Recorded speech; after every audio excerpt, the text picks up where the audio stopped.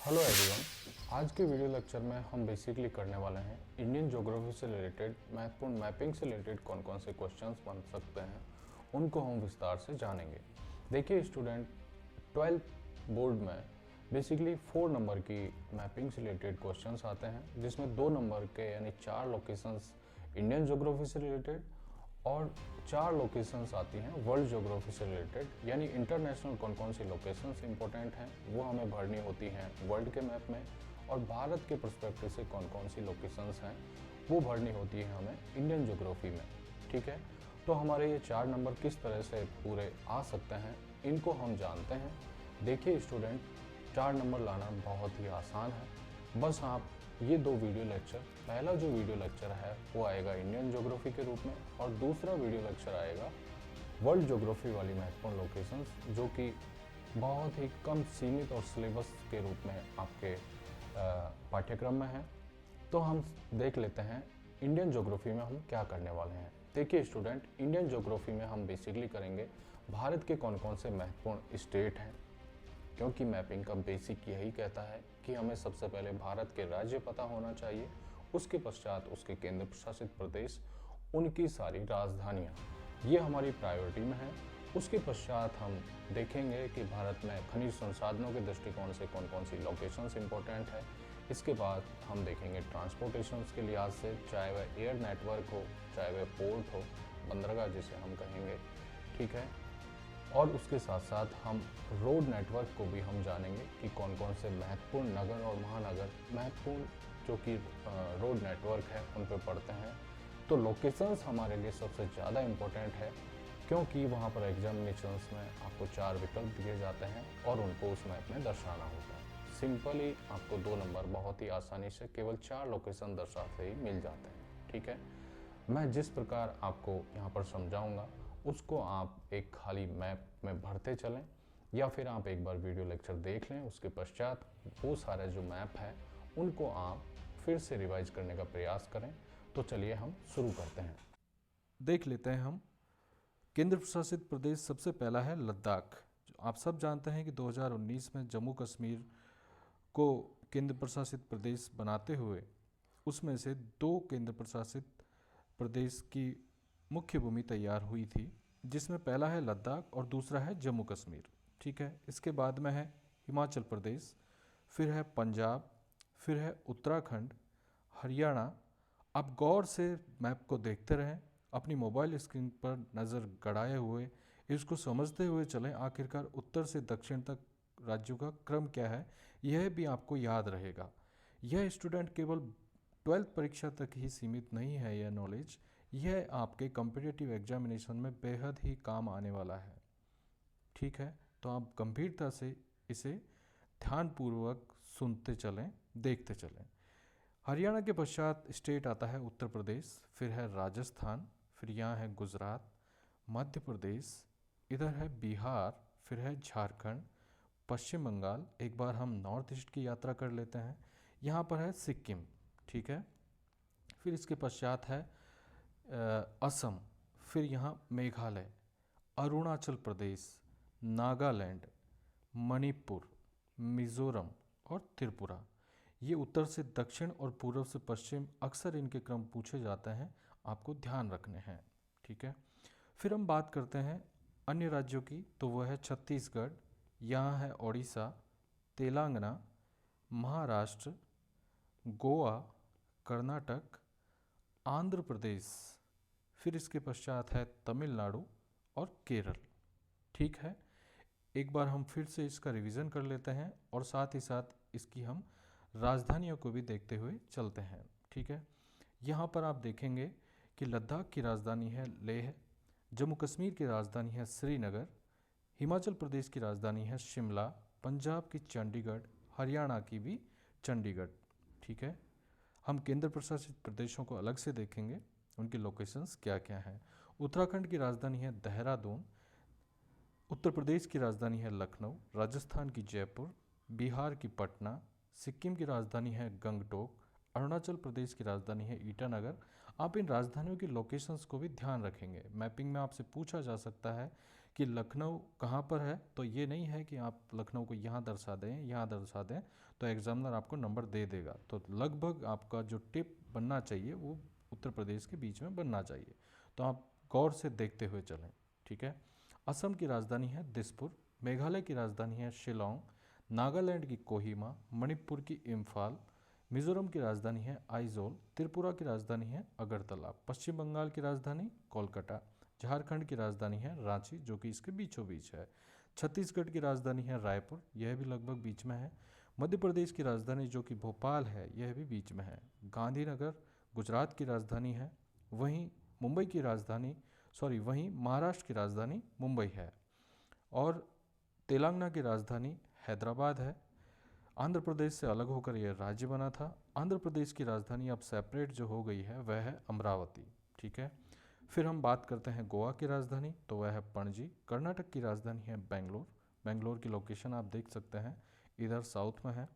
तमिलनाडु की राजधानी है कौन सी, चेन्नई, ठीक है, पहले इसको मद्रास बोलते थे। केरल की जो राजधानी है वह है तिरुवनंतपुरम, ठीक है, ये आपको ध्यान रखना है।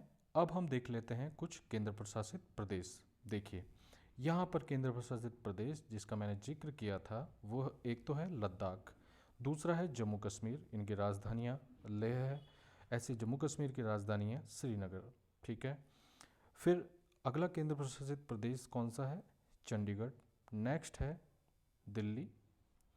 फिर नेक्स्ट केंद्र प्रशासित प्रदेश वह है दादर नगर हवेली एंड दमन दीव, इसको हाल ही में एक कर दिया गया है। ये पूर्व में दो अलग अलग केंद्र प्रशासित प्रदेश हुआ करते थे, लेकिन प्रशासनिक दृष्टि से काफ़ी सुविधा रहे इसके दृष्टिकोण को रखते हुए हाल ही में सरकार ने इनको एक ही केंद्र प्रशासित प्रदेश बना दिया है, ठीक है।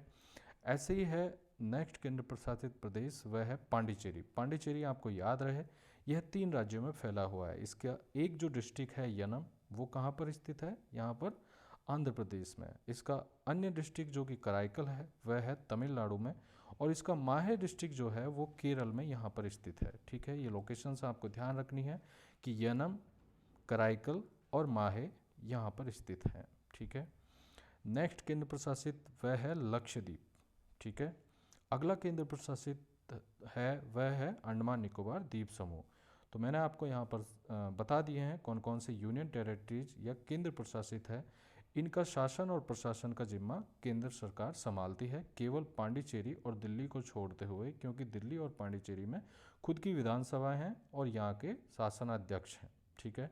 फिर से हम रिवाइज कर लेते हैं कि यूनियन टेरिटरी या केंद्र प्रशासित प्रदेश भारत में कौन कौन से हैं। तो वह है लद्दाख, जम्मू कश्मीर, चंडीगढ़, दिल्ली, दादर नगर हवेली और दमन दीव एक हो गए हैं, एक है पांडिचेरी, फिर है लक्षद्वीप और अंडमान निकोबार। पांडिचेरी 3 राज्यों में फैले हुई है, मैंने आपको बता दिया है।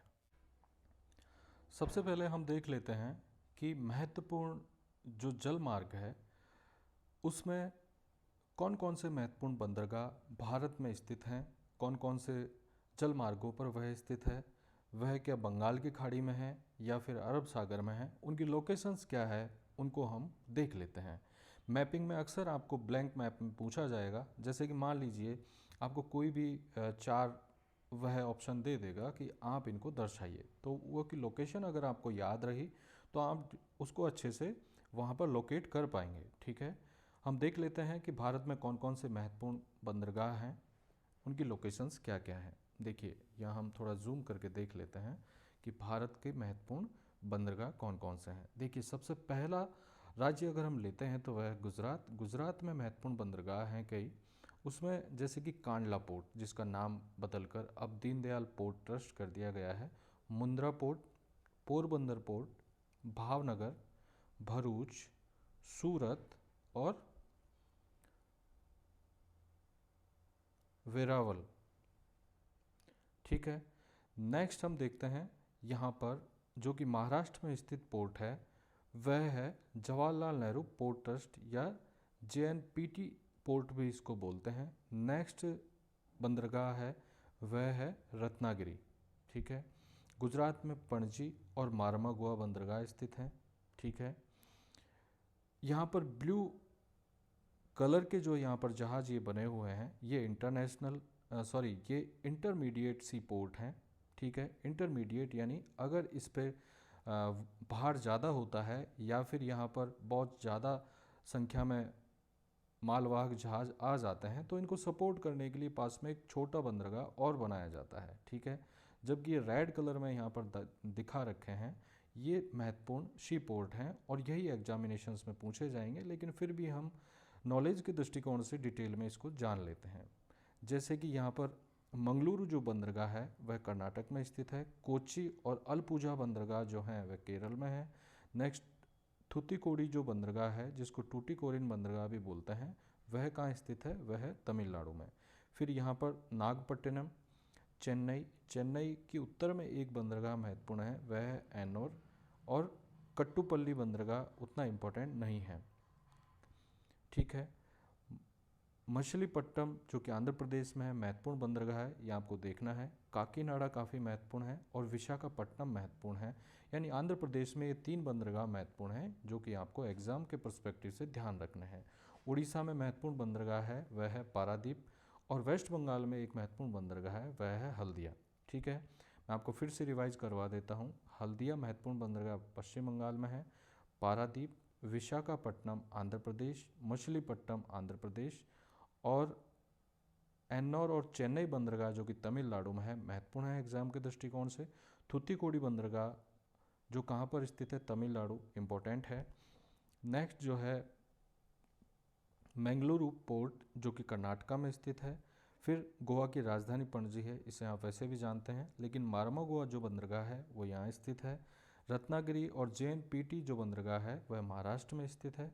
कुछ गुजरात के जो महत्वपूर्ण बंदरगाह है उसमें एक तो है मुंद्रा पोर्ट, पोरबंदर और सूरत पोर्ट, ये आपको ध्यान रखने हैं, ठीक है। अब हम नेक्स्ट देख लेते हैं भारत में महत्वपूर्ण अन्य मार्ग कौन कौन से हैं। देखिए यहाँ पर समुद्री मार्ग के दृष्टिकोण से अगर हम बात करते हैं तो यहाँ पर मुंबई से कराची के लिए बॉम्बे से जहाज़ जाते हैं। फिर यहाँ पर ये जो है केप टाउन जो कि अफ्रीका में स्थित है, वो इस मार्ग पर स्थित होने के कारण मुंबई से अच्छी सुविधा उपलब्ध करवाता है। मुंबई से फिर कोलंबो जो कि श्रीलंका के लिए रूट है वह यहाँ पर इस तरह से है, ठीक है। चेन्नई का जो रूट है वो कोलकाता के लिए यहाँ पर सुविधाजनक है। और फिर यहाँ पर जो म्यांमार की राजधानी यंगून है, इस तरफ चेन्नई से जहाज़ जाते हैं और माल को एक स्थान से दूसरे स्थान पर पहुँचाते हैं, ठीक है। नेक्स्ट हम देख लेते हैं कि भारत में एयर नेटवर्क की क्या कंडीशन है, ठीक है। कौन कौन से महत्वपूर्ण बंदरगाह है और कौन कौन से महत्वपूर्ण एयरपोर्ट यहाँ पर स्थित हैं, कौन से इंटरनेशनल पोर्ट हैं और कुछ डोमेस्टिक यानी घरेलू पोर्ट हैं, ठीक है। यहाँ पर हम देख सकते हैं वायुमार्ग के दृष्टिकोण से भारत में काफ़ी महत्वपूर्ण स्थितियाँ बनती है। यहाँ पर आप देख सकते हैं कितना व्यापक पैमाने पर फैला हुआ हमारा जो एयर नेटवर्क सिस्टम है वह फैला हुआ है, ठीक है। यहाँ से जैसे कि बॉम्बे से जो इंटरनेशनल फ़्लाइट हैं वे यूएसओ और खाड़ी देशों की तरफ जाती हैं। यहाँ से लंदन के लिए फ़्लाइट भी जाती है। यहाँ पर नैरोबी, सेशल्स, मतलब इंटरनेशनल जितने भी प्रकार की जो फ़्लाइटें हैं वो ज़्यादातर फ़्लाइटें मुंबई और दिल्ली से जाती हैं भारत से, ठीक है। बाकी अगर हम यहाँ पर घरेलू जो एयरपोर्ट हैं उनको देखें तो वह है पणजी, बेलगावी, हैदराबाद, औरंगाबाद, नागपुर जो कि महाराष्ट्र में स्थित है, उड़ीसा की राजधानी भुवनेश्वर में स्थित है, चेन्नई, पुदुचेरी, तिरुचिरापल्ली यहाँ पर तमिलनाडु में स्थित है, मदुरई यहाँ पर स्थित है। ये सारे राष्ट्रीय हैं, जबकि यहाँ पर डबल डॉट और सर्कल में जो दे रखी है लोकेशंस वो इंटरनेशनल हैं, ठीक है। यहाँ पर थिरुवनंतपुरम जो है इंटरनेशनल एयरपोर्ट है। कोयम्बटूर जो है, कोयम्बटूर तमिलनाडु में स्थित है, यह भी इंटरनेशनल है। यहाँ पर हम बात करते हैं राजमुंद्री और विशाखापट्टनम, ये राष्ट्रीय स्तर के यानी डोमेस्टिक या घरेलू एयरपोर्ट्स हैं, ठीक है। कोलकाता जो है इंटरनेशनल एयरपोर्ट है। यहाँ पर छत्तीसगढ़ की राजधानी जो है झारखंड की राजधानी जो रांची है वहाँ पर एयरपोर्ट स्थित है। जबलपुर, MP, इंदौर, ये सब डोमेस्टिक एयरपोर्ट हैं, ठीक है। खजुराहो, इलाहाबाद, वाराणसी, पटना इंटरनेशनल फ़्लाइट भी उपलब्ध करवाता है बेसिकली भूटान वगैरह के लिए। यहाँ पर आगरा, ग्वालियर, जयपुर भी इंटरनेशनल एयरपोर्ट है हमारा जो कि राजस्थान में स्थित है, इसकी राजधानी भी है। यहाँ से जो फ़्लाइट हैं वो खाड़ी देशों को सिंगापुर, मलेशिया इत्यादि को जाती हैं। ठीक है, जोधपुर भी एयरपोर्ट है, उदयपुर भी एयरपोर्ट है, अहमदाबाद भी इंटरनेशनल एयरपोर्ट है। ठीक है, श्रीनगर इंटरनेशनल एयरपोर्ट है। ठीक है, और यहाँ पर जो लेह है वह नेशनल एयरपोर्ट है। ठीक है, तो यहाँ पर तमाम तरह के नेशनल और इंटरनेशनल एयरपोर्ट दे रखे हैं, ये आपको ध्यान रखने हैं एग्ज़ाम के पॉइंट ऑफ व्यू से। ठीक है, अब हम बात कर लेते हैं नेक्स्ट। यहाँ पर भारत में रोड नेटवर्क की क्या पोजीशन है, कौन कौन से महत्वपूर्ण रूट यहाँ पर हमारे एग्ज़ाम के दृष्टिकोण से महत्वपूर्ण है, और उन पर कौन कौन से महानगर इम्पोर्टेंट हमारे एग्जामिनेशंस में पूछे जा सकते हैं, उनकी लोकेशंस पूछी जा सकती है। देखिए स्टूडेंट, भारत में सैकड़ों हाईवेज़ हैं, उनके सैकड़ों नंबर हैं, लेकिन हम कुछ महत्वपूर्ण जो हाईवेज़ हैं उनको हम यहाँ पर पूछेंगे, यहाँ पर देखेंगे कि एग्ज़ाम के दृष्टिकोण से कौन कौन से महत्वपूर्ण हैं। देखिए यहाँ पर गोल्डन कलर में जो दे रखा है वो गोल्डन क्वाड्रिलेटरल है, यानी यहाँ पर स्वर्णिम चतुर्भुज योजना के अंतर्गत कौन कौन से नगर महानगर कवर होते हैं उनको हम यहाँ देखेंगे। साथ ही साथ यहाँ पर जो रेड कलर का साइन के देते हुए यहाँ पर रोड नेटवर्क दिखा रहा है वो है नॉर्थ साउथ कॉरिडोर, यानी उत्तर से दक्षिण तक कौन सा गलियारा है और उस पर कौन कौन से महत्वपूर्ण नगर पड़ते हैं। ठीक है, ग्रीन कलर में जो साइन आपको मिलेगा वो है ईस्ट वेस्ट कॉरिडोर। ठीक है, जो कि ईस्ट वेस्ट कॉरिडोर के दृष्टिकोण से महत्वपूर्ण है। ठीक है, फिर उसके बाद में ये जो 3 प्रकार के जो हाईवेज़ हैं इनको हम ध्यान से देखेंगे, क्योंकि यही लोकेशंस हमारे एग्जामिनेशंस में पूछी जाएगी। अगर हम बात करते हैं ये रेड सिग्नल वाला, तो वो है श्रीनगर से लेकर यहाँ पर कन्याकुमारी तक ये हाईवे जाता है। इस पे हम देख लेते हैं कौन कौन से महत्वपूर्ण नगर हैं। तूतीकोरिन, ठीक है, मदुरई इसके वहाँ पर पड़ता है। अगला है कोयम्बटूर को यह कवर करता है, फिर बेंगलुरु को यह कवर करता है। ठीक है, हैदराबाद इस पे महत्वपूर्ण नगर है, फिर नागपुर, फिर उसके बाद में यह यहाँ से निकलता हुआ जबलपुर और भोपाल के समीप से ये झांसी में मिलता है, फिर उसमें ग्वालियर। ठीक है, ग्वालियर, और फिर यहाँ पर आगरा, जो कि यहाँ पर स्वर्णिम चतुर्भुज योजना के अंतर्गत आने वाला शहर है, वहाँ से सीधा जाते हुए यह न्यू दिल्ली, फिर उसके बाद में यह चंडीगढ़ होते हुए लुधियाना, अमृतसर, पठानकोट, जम्मू होते हुए श्रीनगर पहुँचता है। तो ये जो मैंने सर्कल्स यहाँ पर किए हैं ये महत्वपूर्ण जो नगर हैं ये आपको एग्जामिनेशन के दृष्टिकोण से ध्यान रखने हैं। नेक्स्ट हम देख लेते हैं कि यहाँ पर गोल्डन क्वाड्रिलेटरल जो है स्वर्णिम चतुर्भुज परियोजना के अंतर्गत ये रोड बने थे, उसमें कौन कौन से नगरों को यह आपस में कवर करता है। यहाँ से हम देख लेते हैं कि न्यू दिल्ली से शुरू होकर यह जयपुर, ठीक है, फिर उसके बाद में उदयपुर, ठीक है, यहाँ पर अहमदाबाद, वडोदरा, सूरत, फिर उसके बाद में यहाँ पर बॉम्बे होता हुआ सीधा यहाँ पर यह बेंगलुरु में मिलता है, और फिर यहाँ से लेकर इस तरफ चेन्नई से कवर होता हुआ यहाँ पर विजयवाड़ा, फिर उसके बाद में विशाखापट्टनम बिल्कुल एकदम तटीय भारत से गुजरता हुआ यह आंध्र प्रदेश, फिर उसके बाद में उड़ीसा, फिर यहाँ पर भुवनेश्वर होता हुआ कटक होता हुआ फिर बालेश्वर तट जो कि उड़ीसा में स्थित है, यहाँ पर हल्दिया बंदरगाह के समीप से होता हुआ ये कोलकाता पहुँचता है। फिर उसके बाद में इसमें कई महत्वपूर्ण शहर पड़ते हैं, जैसे कि हज़ारीबाग है, बोध गया जो कि बिहार में स्थित है, यहाँ पर वाराणसी, इलाहाबाद, कानपुर, ठीक है, आगरा होता हुआ ये फिर से दिल्ली पहुँच जाता है। तो मैंने आपको जितने भी ये सर्कल किए हैं यहाँ पर, ये महत्वपूर्ण जो नगर हैं ध्यान रखने हैं, एग्ज़ाम में इनको लोकेट एग्जामिनर करवा सकता है। ठीक है, अगला हम ले लेते हैं महत्वपूर्ण और अंतिम, ईस्ट वेस्ट कॉरिडोर में कौन कौन से नगर पड़ते हैं। देखिए यहाँ से यह पोरबंदर से शुरू होता हुआ यह अंतः सिलचर तक जाता है, यानी भारत सरकार ने पूरे भारत को एक धागे में पिरोने के लिए महत्वपूर्ण जो नगर और महानगर हैं इनको जोड़ते हुए महत्वपूर्ण यहाँ पर अच्छे अच्छे हाईवेज़ बनवाए हैं, और इनको विभिन्न हाईवे आपस में कनेक्ट करते हैं ताकि पूरे भारत में बिल्कुल किसी बाधा के द्रुत परिवहन को बढ़ावा देते हुए एक स्थान से दूसरे स्थान पर पहुंचा आसानी से जा सकता है। ठीक है, तो हम यहाँ पोरबंदर से चलेंगे, इसके अंतर्गत जो कौन सा कॉरिडोर है हमारा ईस्ट वेस्ट कॉरिडोर, यानी पश्चिम से पूर्व की तरफ जो महामार्ग है यह किस तरह से जाता है। पोरबंदर से प्रारंभ होकर यह राजकोट जाता है, फिर कांडला बंदरगाह को कवर करते हुए यह यहाँ पर माउंट आबू के समीप होता हुआ यहाँ से यह फिर से स्वर्णिम चतुर्भुज परियोजना का हिस्सा बन जाता है, फिर कोटा होते हुए यह झांसी, फिर उसके बाद में कानपुर, लखनऊ होते हुए यह गोरखपुर पहुँचता है।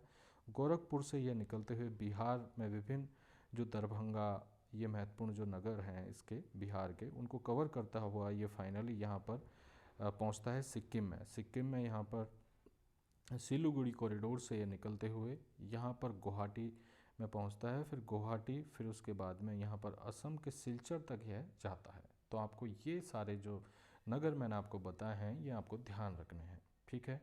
तो रोड नेटवर्क में यह महत्वपूर्ण जो लोकेशंस हैं ये आपसे पूछी जाएंगी, ठीक है स्टूडेंट। चलिए देखिए, यहाँ पर हम सबसे पहले देखते हैं टेक्सटाइल इंडस्ट्रीज यानी वस्त्र निर्माण के लिए महत्वपूर्ण भारत में कौन कौन से केंद्र हैं। सबसे पहले हम देख लेते हैं यहाँ पर जो कि ये रेड कलर का यहाँ सिंबल दे रखा है, ये यहाँ पर सिल्क इंडस्ट्रीज़ को बतलाती हैं। यहाँ पर श्रीनगर, अनंतनाग और जम्मू में महत्वपूर्ण सिल्क कारखाने हैं।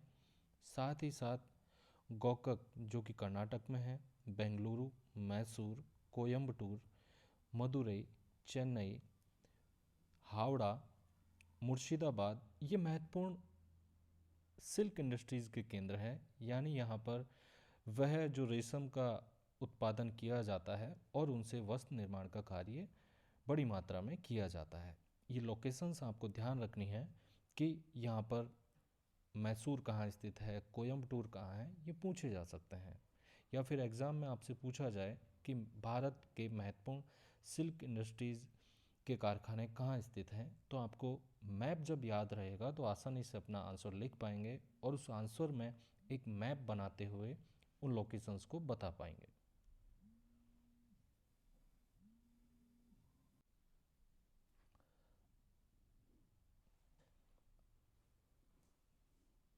अब हम देख लेते हैं भारत में जूट इंडस्ट्रीज़ के कारखाने कहाँ स्थित हैं। जो ब्लू कलर का यहाँ पर जो सिंबल दे रखा है इसमें आपको ध्यान देना है कि देखिए यहाँ पर गोरखपुर, कानपुर, ठीक है,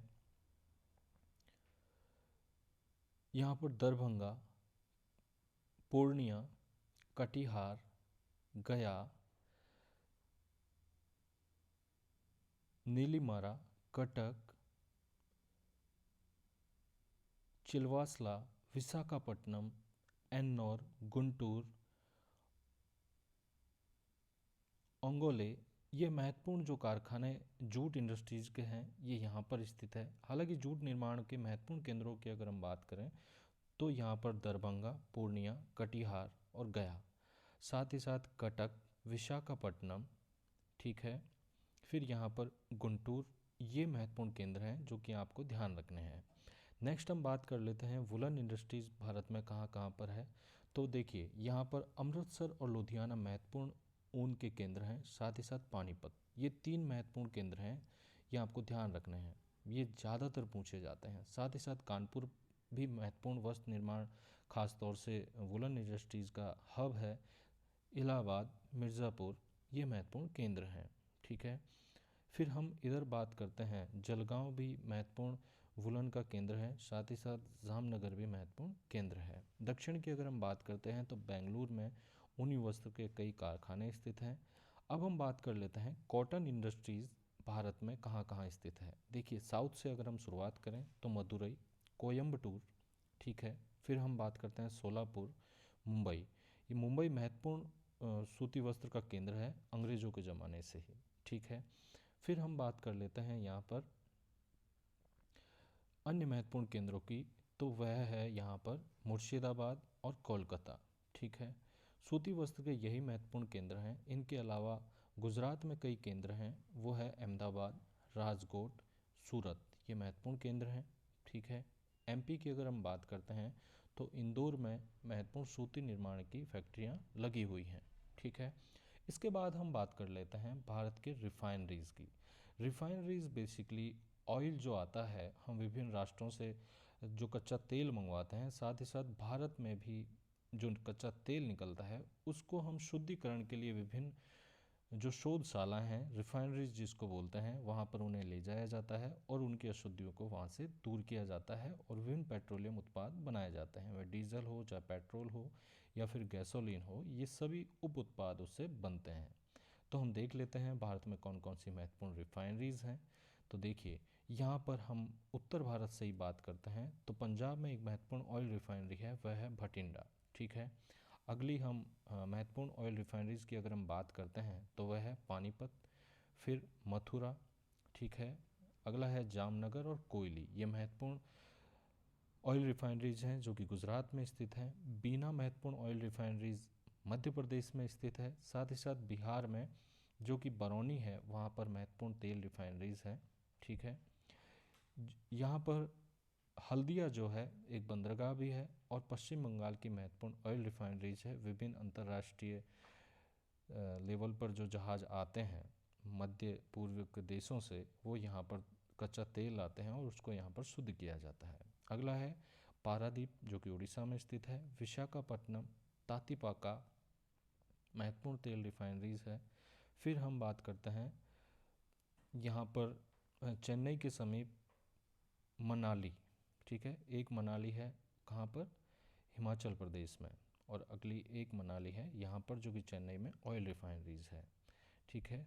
एक मनाली जो हिमाचल प्रदेश में स्थित है वो मुख्य रूप से हिल स्टेशन है और पर्यटन के लिए महत्वपूर्ण है। ठीक है। नेक्स्ट हम बात कर लेते हैं यहाँ पर तमिलनाडु की। तमिलनाडु में महत्वपूर्ण जो जो महत्वपूर्ण ऑयल रिफाइनरीज है वो नागापट्टिनम है। ठीक है। कोच्चि में भी ऑयल रिफाइनरीज है, मंगलुरु में ऑयल रिफाइनरीज हैं और मुंबई तो महत्वपूर्ण ऑयल रिफाइनरीज के साथ साथ यहाँ पर कच्चा तेल भी समुद्र से निकाला जाता है। ठीक है। अब हम कुछ नॉर्थ ईस्ट की देख लेते हैं तो डिगबोई जो है महत्वपूर्ण और काफ़ी पुरानी तेल रिफाइनरीज है। यहाँ पर नुमालीगढ़, साथ ही साथ गुवाहाटी, ठीक है, बोगई गांव महत्वपूर्ण तेल रिफाइनरीज यहाँ स्थित है क्योंकि यहाँ से कच्चा तेल निकाला जाता है और उसे शुद्ध किया जाता है और फिर विभिन्न पाइपलाइनों के माध्यम से देश के विभिन्न हिस्सों में या ट्रांसपोर्टेशन की सहायता से पहुँचा दिया जाता है। ठीक है। नेक्स्ट इम्पोर्टेंट लोकेशंस में हम देख लेते हैं भारत की कोल माइंस। कोल माइंस और उनका वितरण किस प्रकार है उसको हम यहाँ देख लेते हैं। देखिए, सबसे पहले जो महत्वपूर्ण कोल क्षेत्र हैं, बेसिकली आप देख लीजिए कि यह जो बेल्ट है बेसिकली यहाँ पर महत्वपूर्ण कोल क्षेत्र स्थित है। ठीक है। सबसे पहले हम देख लेते हैं कच्छ में। बेसिकली लिग्नाइट का जो कोयला है वो कच्छ में निकलता है। लिग्नाइट कोयला राजस्थान में यहाँ से निकलता है, बेसिकली बीकानेर के आसपास वाला जो रीजन है वहाँ से। फिर यहाँ पर नवेली जो तमिलनाडु में स्थित है, लिग्नाइट मतलब एक काफ़ी लो लेवल का कोयला माना जाता है। फिर यहाँ पर जो गोदावरी की घाटी है उसके आसपास यहाँ से कोयला निकाला जाता है। फिर यहाँ बेसिकली दामोदर घाटी है, उसके आसपास भी कोयला बहुतायत में निकाला जाता है। ठीक है। महत्वपूर्ण जो कोल क्षेत्र हैं उनको हम यहाँ देख लेते हैं। रानीगंज जो कोयला क्षेत्र है वो पश्चिम बंगाल में स्थित है। ठीक है। झरिया और जो बोकारो है, हालांकि ये आपको इतना क्लियर दिख नहीं रहे होंगे, लेकिन मैं आपको बोल देता हूँ, उससे आपको आइडिया लग जाएगा। झारखंड में एक तो झरिया और बोकारो। ठीक है। छत्तीसगढ़ में जो महत्वपूर्ण कोयला क्षेत्र है वह है कोरबा। महाराष्ट्र में है वर्धा। ठीक है। और वारंगल और आदिलाबाद जो कोयला क्षेत्र है वो बेसिकली तेलंगाना में पड़ते हैं। ठीक है। गोदावरी घाटी से जो कोयला निकाला जाता है वो आंध्र प्रदेश में स्थित है और कुडप्पा भी आंध्र प्रदेश में स्थित है। ठीक है। ये महत्वपूर्ण कोल क्षेत्र हैं जो कि एग्जामिनेशंस में आपसे पूछे जाएंगे। नेक्स्ट हम देख लेते हैं भारत के महत्वपूर्ण न्यूक्लियर पावर प्लांट आखिरकार कौन कौन से हैं। देखिए,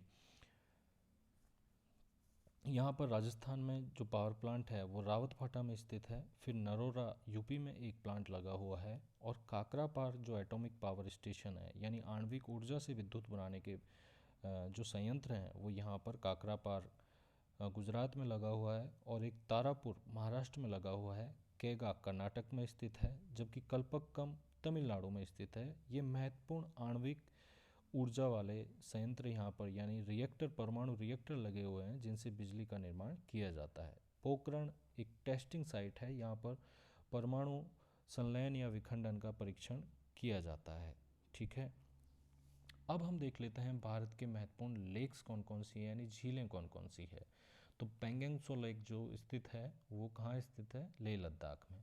फिर तोशा मोरारी, फिर उसके बाद में गोविंद सागर जो डैम है, जो लेक भी है वो यहाँ स्थित है। ठीक है, गोविंद सागर जो है वह यहाँ पर हिमाचल और पंजाब के बॉर्डर पर स्थित है। अगला है गांधी सागर डैम जो कि एमपी में पड़ता है। फिर गोविंद वल्लभ पंत सागर जो डैम है वो बेसिकली कहाँ पड़ता है, एमपी में। फिर यहाँ पर है हीराकुंड उड़ीसा में। चिलिका झील जो है कहाँ स्थित है, यह भी उड़ीसा में स्थित है।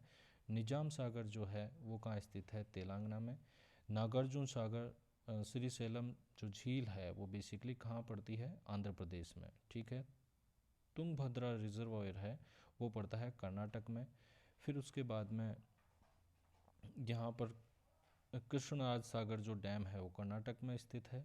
फिर स्टैनली जो रिजर्वायर है यानी एक बड़ा जल ग्रहण वाला जो क्षेत्र है वो कहाँ स्थित है, तो वो तमिलनाडु में स्थित है। ठीक है, आपको बेसिकली ये वाला ज़्यादा ध्यान रखना है क्योंकि आपके इस बार भारत की अर्थव्यवस्था और लोग हैं तो उनसे संबंधित जितने भी इकोनॉमिक ज्योग्राफी है वहाँ से सवाल ज़्यादा बनते हैं, क्योंकि 11th क्लास में आपके फिजिकल ज्योग्राफी थी।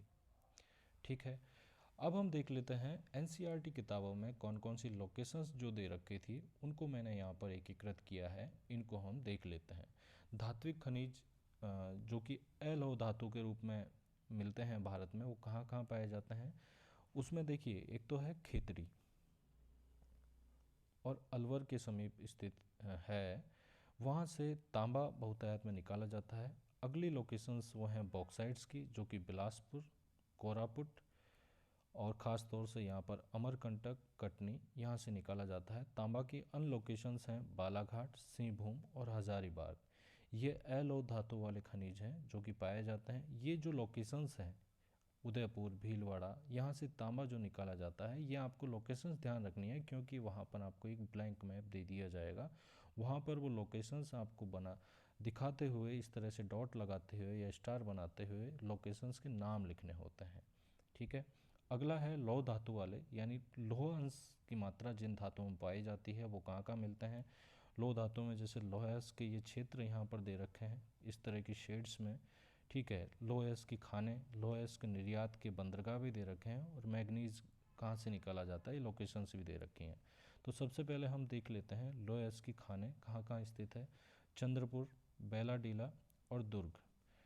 चंद्रपुर बेसिकली पड़ता है महाराष्ट्र में, बेलाडीला और दुर्ग पड़ते हैं यहाँ पर किसमें, छत्तीसगढ़ में। ठीक है, यहाँ पर मयूरभंज जो क्षेत्र है वो पड़ता है उड़ीसा में। ठीक है, अगला है तुमकुर, बेल्लारी, कुद्रेमुख। ये महत्वपूर्ण देखा जाए तो लोह अयस्क क्षेत्र हैं। तुमकुर, बेल्लारी और कुद्रेमुख ये कर्नाटक में स्थित है। ठीक है, रत्नागिरी है ये महाराष्ट्र में महत्वपूर्ण लोह अयस्क क्षेत्र है, ये ध्यान रखना है।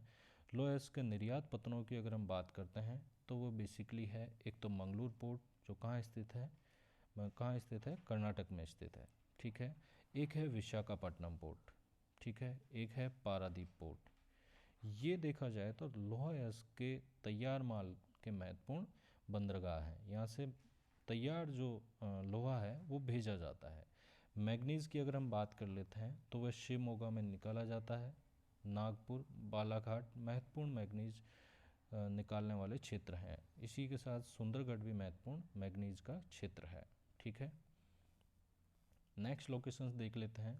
ऑयल रिफाइनरीज, हालांकि इनको हम कर चुके हैं, लेकिन एनसीईआरटीज़ में कौन कौन सी लोकेशंस दे रखी हैं उनको भी हम यहाँ पर रिवाइज करते हैं। देखिए, भटिंडा जो रिफाइनरीज है वो कहाँ पड़ती है, बेसिकली पंजाब में। और यहाँ पर पानीपत जो रिफाइनरी है वो हरियाणा में। मथुरा पड़ती है यूपी में। बीना है एमपी में। बरौनी बिहार। ठीक है, डिगबोई असम, नुमालीगढ़ असम, गुवाहाटी असम, बोगईगांव असम, यानी इधर की सारी रिफाइनरी जो पड़ती हैं वो पड़ती हैं असम में। बोगईगांव, गुवाहाटी, नुमालीगढ़ और डिगबोई। ठीक है, हल्दिया अन्य महत्वपूर्ण रिफाइनरी है जो कहाँ पड़ती है, पश्चिम बंगाल में। ठीक है, पहले स्टेट आपको ध्यान रहने चाहिए, वहाँ की राजधानी ध्यान रहनी चाहिए, फिर उसके बाद में लोकेशंस महत्वपूर्ण हैं वो सारी ध्यान रहनी चाहिए अगर आपको ज्योग्राफी में इंटरेस्ट बनाना है और आगे करियर बनाना है तो। ठीक है, अगला है उड़ीसा में पारादीप बंदरगाह। फिर हम साउथ की तरफ चलते हैं तो विशाखापट्टनम और तातीपाका, ये दोनों को दोनों जो महत्वपूर्ण बंदरगाह भी हैं और यहाँ पर तेल रिफाइनरीज भी लगी हुई हैं। आप एक चीज़ गौर करेंगे तो ये जो आसपास के जो क्षेत्र हैं यहाँ से तेल निकाला नहीं जाता। बॉम्बे को छोड़ दें या विशाखापट्टनम की थोड़ी बहुत मात्रा को छोड़ दें तो आसपास, क्योंकि यहाँ पर कच्चा तेल लाया जाता है अंतर्राष्ट्रीय स्तर से, विभिन्न देशों से हम आयात करते हैं, यहाँ पर वो बड़े जहाज़ खाली होते हैं और यहीं पर ऑयल रिफाइनरीज के माध्यम से वे देश में शुद्ध जो तेल है उसको अन्य क्षेत्रों में भेज दिया जाता है। ठीक है, अगला है मंगलूर, कोच्चि, चेन्नई, नागपट्टनम, मुंबई, कोयली और अंकलेश्वर जो यहाँ पर जो क्षेत्र हैं रिफाइनरीज कोयली लगी हुई है, यह कहाँ स्थित है? गुजरात में स्थित है। जामनगर और वडनार भी यहाँ पर गुजरात में स्थित हैं। ठीक है, अगला हम देख लेते हैं कि भारत में परंपरागत ऊर्जा के स्रोत, यहाँ पर कोयला क्षेत्र दे रखा है, इस तरह की शेड्स में जो क्षेत्र दे रखा है कोयला क्षेत्र है। कोयले की महत्वपूर्ण खानें कौन कौन सी हैं ये आपको ध्यान रखना है। हालांकि हम पहले भी कर चुके हैं लेकिन फिर से हम रिवाइज के दृष्टिकोण से इसको फिर से करते हैं। जैसे तालचेर जो क्षेत्र है यहाँ से भारी मात्रा में कोयला निकाला जाता है। कोरबा, सिंगरौली, बोकारो, झरिया, रानीगंज जो कोयला क्षेत्र है वो पड़ता है पश्चिम बंगाल में। झरिया और बोकारो जो कोयला क्षेत्र है वो पड़ता है कहाँ पर? झारखंड में। ठीक है, यहाँ पर कुछ नॉर्थ ईस्ट में भी है, डिगबोई, मोरान, शिवसागर, जर्जी, नज़ीरा, नाहरकटिया, इसके आसपास से भी भारी मात्रा में कोयला निकाला जाता है। सिंगरैनी जो कोयला क्षेत्र है वो आंध्र प्रदेश में स्थित है। नवेली जो कोयला क्षेत्र है जहाँ से लिग्नाइट कोयला निकाला जाता है वो आंध्र प्रदेश में स्थित है।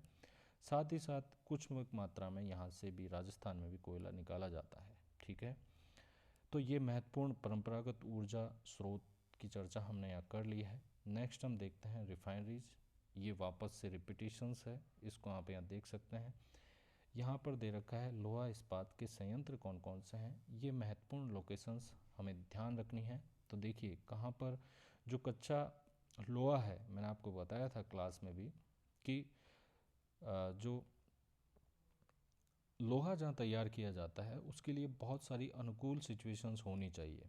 कच्चा माल के रूप में चूना, ठीक है, वहाँ से ट्रांसपोर्टेशन की अच्छी फैसिलिटीज़ होनी चाहिए, सस्ती जल विद्युत उपलब्ध होना चाहिए। ठीक है, ये सारी की सारी चीज़ें वहाँ पर उपलब्ध होती हैं। वहाँ पर इस तरह के कारखाने लगाए जाते हैं जहाँ पर कच्चा जो लोहा है जो कि खानों से निकलता है उसे यहाँ पर पिघलाकर तैयार लोहा बनाया जाता है। ठीक है, हम बात कर लेते हैं महत्वपूर्ण केंद्रों की। तो दुर्गापुरा, आसनसोल, बोकारो, जमशेदपुर, राउरकेला, भिलाई, भद्रावती, ये जो महत्वपूर्ण लोहा इस्पात के संयंत्र हैं, ठीक है, यहाँ पर लोहा को तैयार किया जाता है। ठीक है, नेक्स्ट हम देख लेते हैं सूती वस्त्र के महत्वपूर्ण केंद्र कौन कौन से हैं। सहारनपुर, मुरादाबाद, दिल्ली, अलीगढ़, आगरा, लखनऊ, कानपुर, वाराणसी और ग्वालियर। मैं यकीन के साथ कह सकता हूँ इस वीडियो लेक्चर को आप ध्यानपूर्वक अगर 2 से 3 बार भी देखते हैं तो कोई भी लोकेशन आपसे अछूती नहीं रहेगी। नेक्स्ट हम देख लेते हैं सूती वस्त्र के अन्य केंद्रों में मुर्शिदाबाद, हावड़ा, हुगली, कोलकाता, अहमदाबाद, राजकोट, पोरबंदर, उज्जैन, इंदौर, देवास, बुरहानपुर, नागपुर, वर्धा, जलगांव, औरंगाबाद, पुणे, मुंबई, ये सारे के सारे महाराष्ट्र में हैं। अब हम बात कर लेते हैं महाराष्ट्र के अन्य केंद्र की, तो वह है सोलापुर, सांगली और कोल्हापुर। ठीक है, वारंगल और हैदराबाद ये कहाँ स्थित है? महत्वपूर्ण सूती वस्त्र के केंद्र जो हैं वो है तेलंगाना में। गुंटूर कहाँ स्थित है? आंध्र प्रदेश में। ठीक है, बेल्लारी, हुबली, देवानगिरी ये स्थित है कर्नाटक में। मैसूर और बेंगलुरु भी कर्नाटक महत्वपूर्ण सूती वस्त्र के केंद्र हैं। साथ ही साथ चेन्नई, सेलम, तंजावुर, मदुरई, तूतीकोरन ये सारे के सारे जो केंद्र हैं वो पड़ते हैं तमिलनाडु में। आप देख सकते हैं यहाँ पर ये साउथ की जो बेल्ट है यहाँ पर सबसे ज़्यादा सूती वस्त्र निर्माण के केंद्र हैं, क्योंकि यहाँ जलवायु और मृदा दोनों ही यहाँ पर अनुकूलतम स्थिति उपलब्ध करवाती हैं। नेक्स्ट हम देख लेते हैं कुछ महत्वपूर्ण सॉफ्टवेयर टेक्नोलॉजी पार्क के बारे में। देखिए, यहाँ पर महत्वपूर्ण जो केंद्र है वो है श्रीनगर में कुछ सॉफ्टवेयर टेक्नोलॉजी पार्क है, जहाँ पर मोबाइल, लैपटॉप, विभिन्न इलेक्ट्रॉनिकल जो गैजेट जो होते हैं उनकी चिप निर्माण से लेकर विभिन्न सर्किट यहाँ पर बनाए जाते हैं। भारत सॉफ्टवेयर इंडस्ट्रीज़ का हब है, तो महत्वपूर्ण केंद्र भारत में फैले हुए हैं। शिमला, मोहाली, देहरादून, दिल्ली, नोएडा, जयपुर, लखनऊ, कानपुर और ये यहाँ पर असम में महत्वपूर्ण सॉफ्टवेयर पार्क का कारखाना स्थित है दिसपुर में। साथ ही साथ यहाँ पर कोलकाता, भुवनेश्वर, हैदराबाद, नवी मुंबई, पुणे, इंदौर, गांधीनगर, मणिपाल, बेंगलुरु, मैसूर, चेन्नई और तिरुवनंतपुरम में महत्वपूर्ण सॉफ्टवेयर टेक्नोलॉजी पार्क स्थित हैं। ये लोकेशंस आपके एग्ज़ाम के दृष्टिकोण से महत्वपूर्ण हो जाती हैं, ये आपको ध्यान रखनी है। ज़्यादातर तो राजधानियों के नगरों में ही स्थित हैं। फिर हम देख लेते हैं नेक्स्ट, भारत के महत्वपूर्ण औद्योगिकृत क्षेत्र कौन कौन से हैं। ठीक है, यहाँ पर देखिए, गुरुग्राम, दिल्ली, मेरठ जो क्षेत्र है, यहाँ पर विभिन्न प्रकार की केमिकल इंडस्ट्रीज से लेकर चमड़ा निर्माण महत्वपूर्ण है। यहाँ पर विभिन्न प्रकार के फुटकर व्यवसाय से रिलेटेड बड़ी बड़ी इंडस्ट्रीज़ यहाँ पर लगी हुई हैं। गुजरात क्षेत्र के आसपास जो पेट्रोकेमिकल इंडस्ट्रीज जो है इनकी बहुतायत है, तो उससे रिलेटेड उत्पाद यहाँ पर तैयार किए जाते हैं। मुंबई, पुणे जो क्षेत्र है वहाँ पर ज़्यादातर टेक्सटाइल पार्क यानी वस्त्र निर्माण की नगरी मानी जाती है।